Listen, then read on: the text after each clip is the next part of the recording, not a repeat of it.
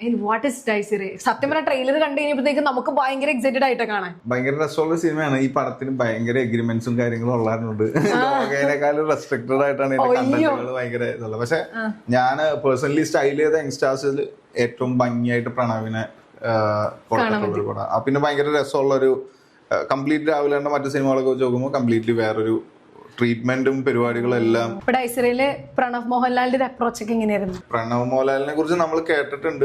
ഈ ഇപ്പൊ ട്രാവലറാണ്, പോയി കഴിഞ്ഞ് ഇന്ന ഭയങ്കര ഡൗൺ ടു എർത്ത് ആണ്.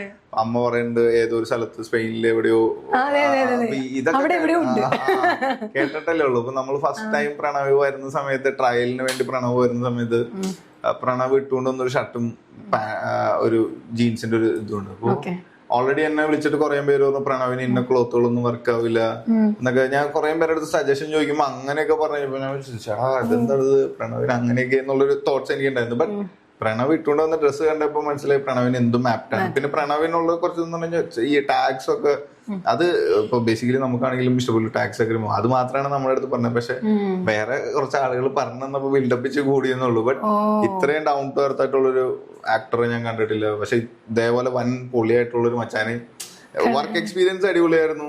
എല്ലാവരായിട്ടും ഈവൻ ഒരു ടെക്നീഷ്യനായിട്ടോ അങ്ങനെ വേരിയേഷൻസ് ഇല്ല. ആർട്ടിസ്റ്റുകൾക്ക് വരാവുന്ന കുറച്ച് ഇതുണ്ട്. ബട്ട് അങ്ങനെ ഒന്നുമില്ല. ബാക്കി ആർട്ടിസ്റ്റുകൾ അങ്ങനെയൊന്നല്ല.